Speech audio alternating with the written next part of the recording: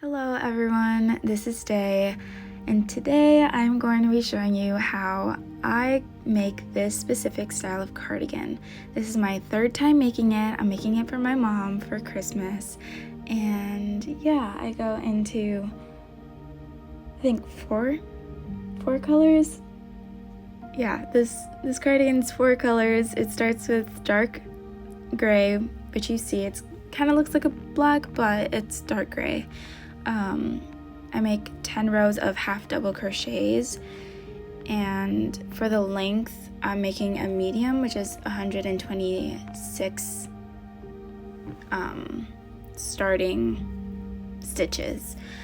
The pattern that I followed has all the specific dimensions and things that you would need for different sizes, but this is what I did for this one. So here I go into how I change colors. I'm changing it to this teal color that I found. So I did 2 rows of the light blue, and then I'm switching it to this teal color. And so I make a knot in using both ends,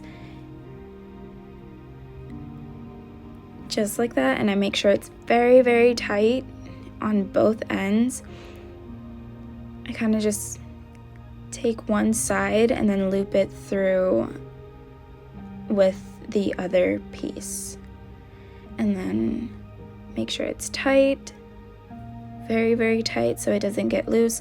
But I found that this method to transition colors is the best for me, just because it has never unraveled or anything like that. And then here I'm showing you how to make a half double crochet, how I do the half double crochet. I know there's different looping methods, but I just loop the teal yarn towards me. I go through both of the loops on the row, loop it through, and then to have 3 loops on my crochet hook, and then loop one more time, and then that's it. Here's the second, showing very slow so you can see, and there's 3 loops. I grab the teal color and loop it through, and that's basically what I do for the whole thing. This whole pattern is just half double crochets, and then later on we'll get into decreases at the top. But yeah, just enjoy the high-speed video of me crocheting so far. I should also add that for this part of the video, I'm doing 41 rows normally with the 126 stitches across. So 41 rows until we get to the decrease row, which is the 42nd row, but we'll consider it as the first row of decreases. Later on in the video I get into that, but for this part, 41 rows, that's all we're doing right now. Enjoy.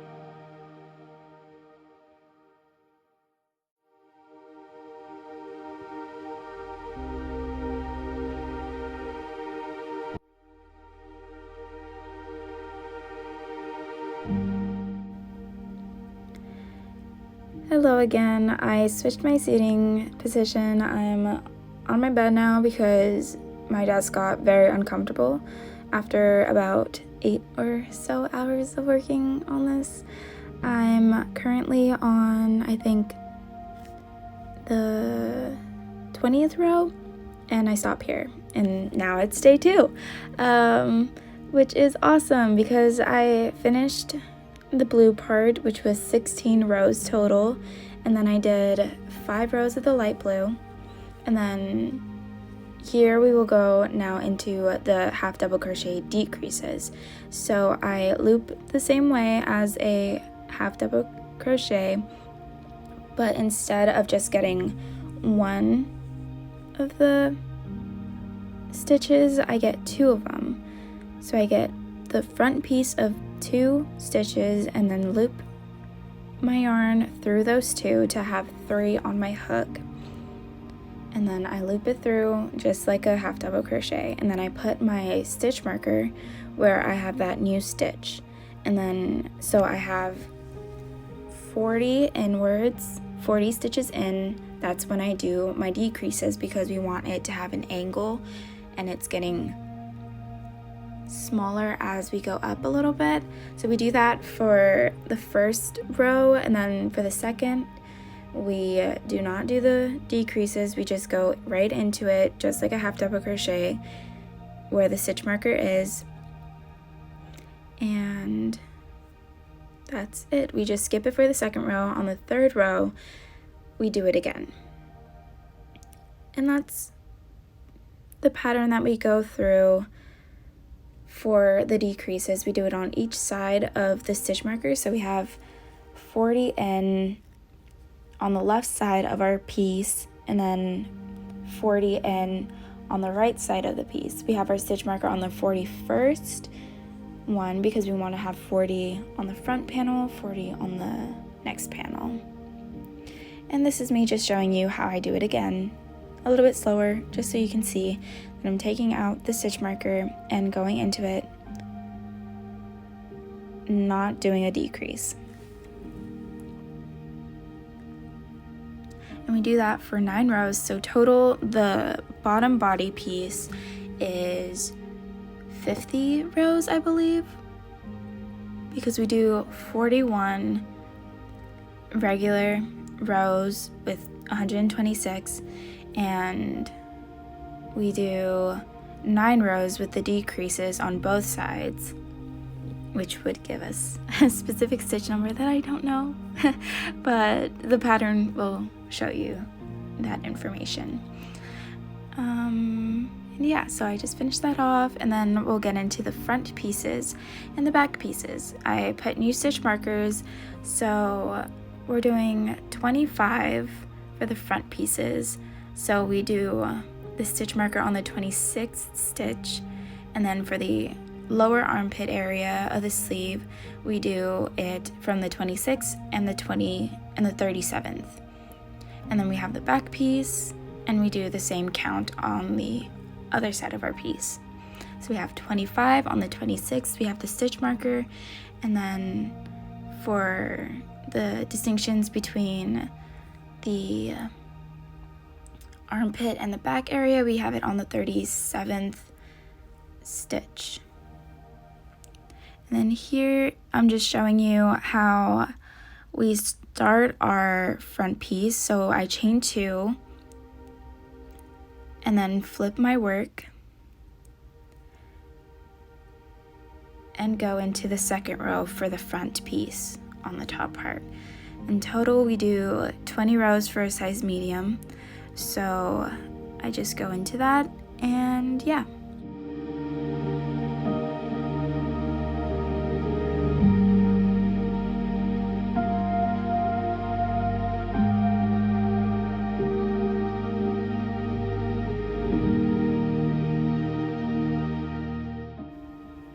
Next, I leave a long tail at the end of my work, just so I have a long piece already attached to stitch together the front and back pieces. I feel like that's the easiest way for me to sew my pieces together, because it just takes a long time, and I like easy work, you know? But here is how we attach our new yarn. Usually I leave a longer tail for the bottom piece, but I didn't in this clip, I don't know why. But I chain 2 on the part that has the stitch marker, and then I go into the next one and make the half double crochet there. And when I'm going back and forth, I don't include the stitch markers because then the lower armpit area for the sleeve would be too small and then it'll just look a little bit awkward. In my experience, that's happened before. I haven't had the best luck with sleeves, but we'll get into that later in the video. So after we have that attached, we go into the back piece, skipping the marker and just doing 2 chains and flipping our work as we did with the front piece. We do that for 20 rows on the back panel, and we also do that 20 rows for the second front piece, and we attach it the same exact way. Once we have the 2 front pieces and the back piece finished, it's time to attach them before we get into the sleeves. I like to align them and attach a stitch marker to the 25th center stitch on each panel, on each front panel to the back panel, as you can see in the video. I like doing this before I start stitching it together because it's a lot easier for me to make sure that everything's aligned and not bunched at all. So you can see me doing this now, and then after this we will go into making the sleeves and the pattern for that.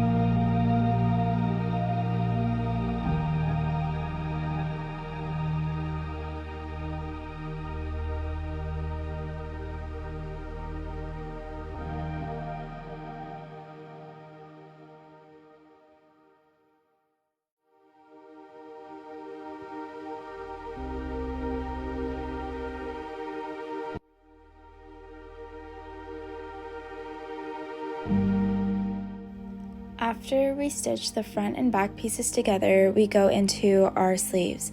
Our sleeves consist of 54 rows and 30 stitches to start with. We have a chain of 32 and go into our 30th chain stitch in order to have 30 stitches total for our first row. For our second row, we have 30 stitches as well. For our third and fourth, it's the same.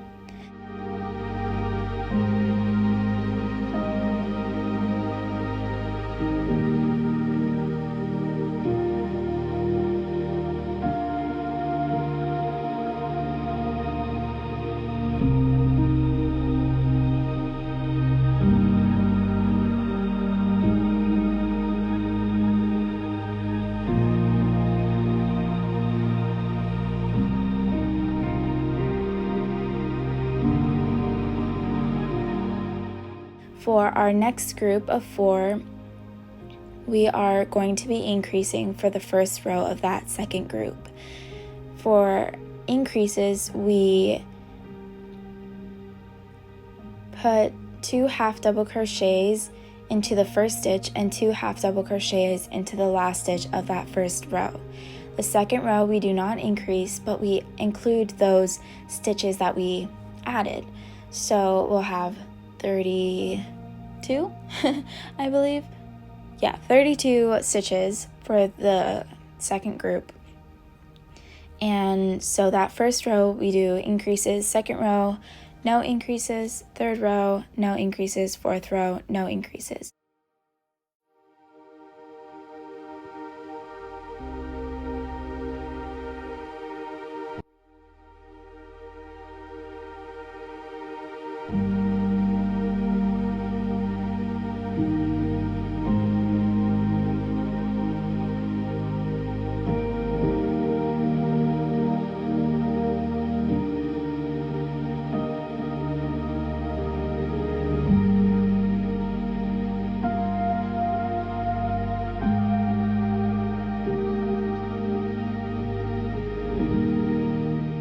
For the third group and first row of that group, we are doing our increases again. And yeah, that's basically what we're doing. For the first row of each group, we are increasing in the first and last stitch. And that's all that we're doing until we hit 54 rows. I've been saying 54 rows, but I meant 52 because we're gonna have 13 groups in total, 13 groups of 4. I'm not good at math, so I'm sorry about that, but yeah, 52. Or if you'd like it a little bit shorter, doing 12 groups of 4 would be definitely okay.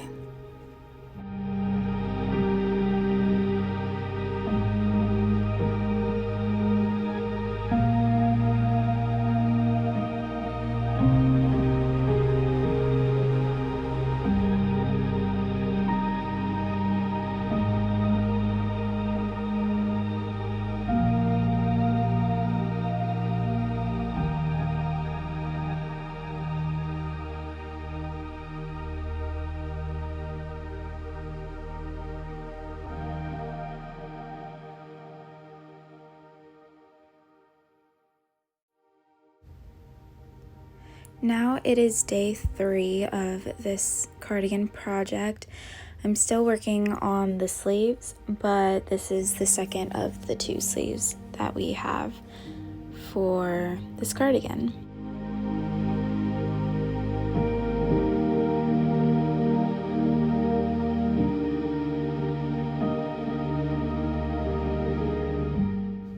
Once we have the sleeves all finished, we will be stitching together the sleeves and the body piece.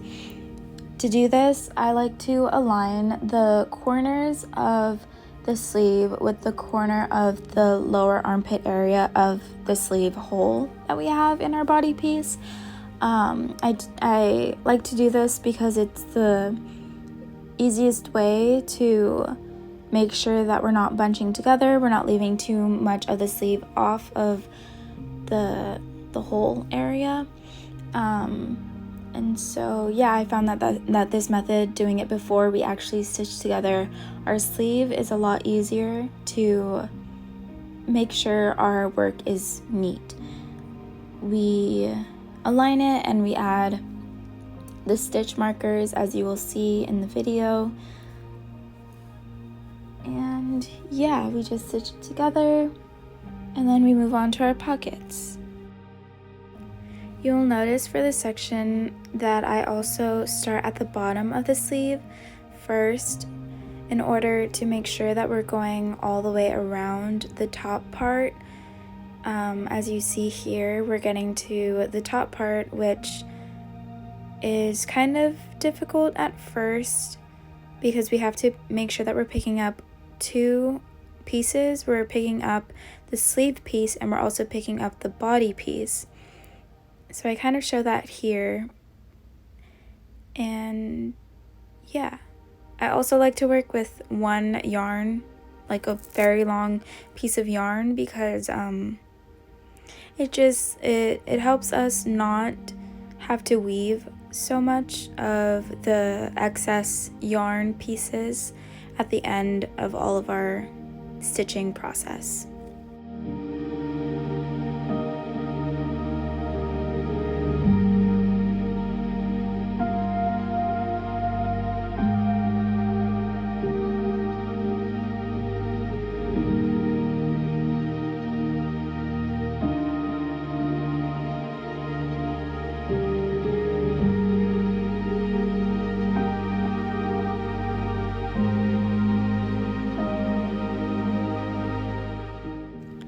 We are finally moving on to making our pockets.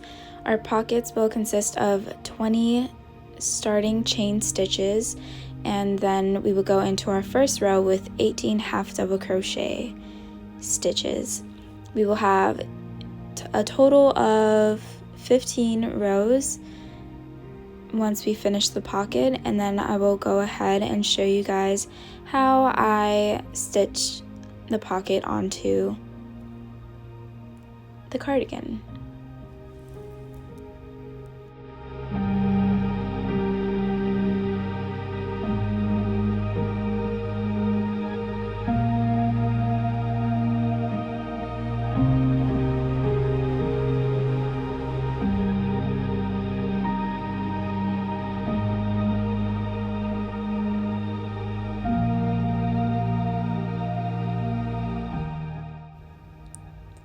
At the end of our 15th row, we will be leaving a long yarn tail in order for our stitching process to be a little bit more seamless. We will be using stitch markers on the corners of our pocket and attaching it to the front panel of our cardigan in order for the stitching to not move around so much and not be bunchy. So we are stitching the same way that we have been throughout this video, and yeah, that's it. The last thing that I usually do is weave together all of the excess yarn that was left in order to prevent tearing to happen if we were to cut the yarn too close to the knot that we make at the end of every row that we are working with.